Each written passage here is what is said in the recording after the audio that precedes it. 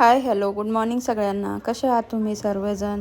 तर काल आम्ही सोमवारी आमच्या सोसायटीमध्ये गणपतीचे आणि महादेवाचे खूप छान मंदिर झाले आहे, तिथे दर्शनासाठी गेलो होतो.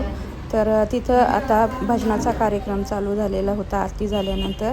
तर आम्ही भजनासाठी थोडा वेळ तिथे थांबलो आणि भजनाचा आनंद घेतला. तर तुम्हीही आमच्याबरोबर भजनाचा आनंद घ्या आणि व्हिडिओ आवडल्यास चॅनलला लाईक आणि सबस्क्राईब करा. धन्यवाद.